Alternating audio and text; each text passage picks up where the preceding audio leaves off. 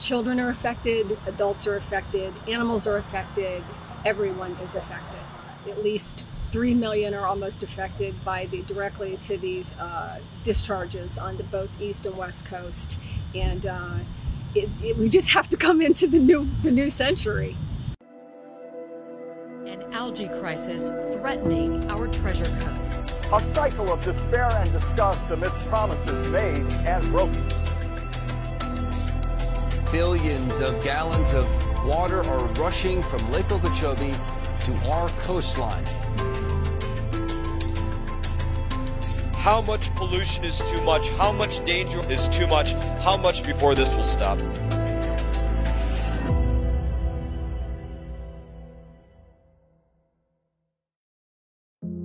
Over many decades, really since the 1920s, this river has been used as a sewer outlet for Lake Okeechobee. And in the old days, when I was a girl growing up here, it was like being in the Bahamas. That is not the case any longer. Our economy is falling apart, and our ecology has fallen apart, and this has to stop now. We've seen in years past the federal government dumping toxins on us that are 60 times more toxic than what the EPA has said human beings should come in contact with.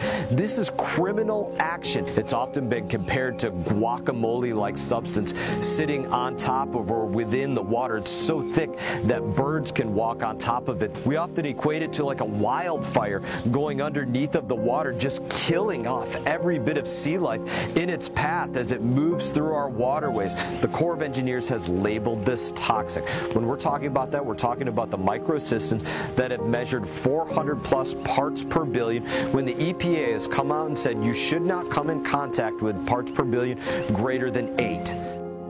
For years, the federal government has been playing this game where they pretend to be naive about the damage that they're causing, the poisons, the hazards, the toxins that they're sending into communities. You'll get people from the U.S. Army Corps of Engineers that'll say, well, listen, we're not scientists. I can't answer that question.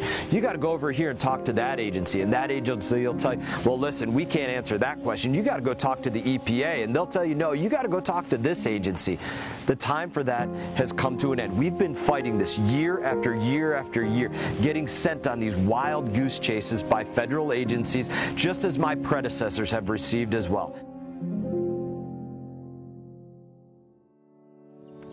As a result, I've introduced the South Florida Clean Coastal Waters Act, which demands not just that the federal government study these toxic algal blooms getting dumped out of Lake Okeechobee, but it actually demands that they come up with an action plan to bring that to an end.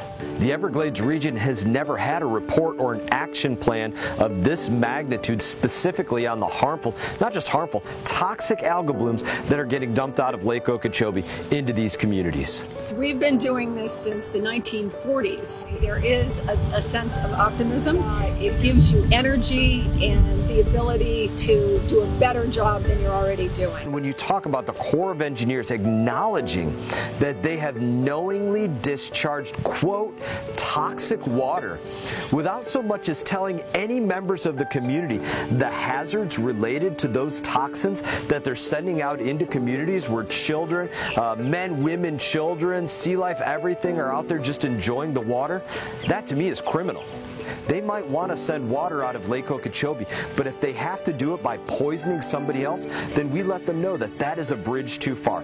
Every single place that we can find somewhere to fight the Corps of Engineers on this, to fight the federal government on dumping toxic waters out of Lake Okeechobee into our estuary here, we're out there working on that front.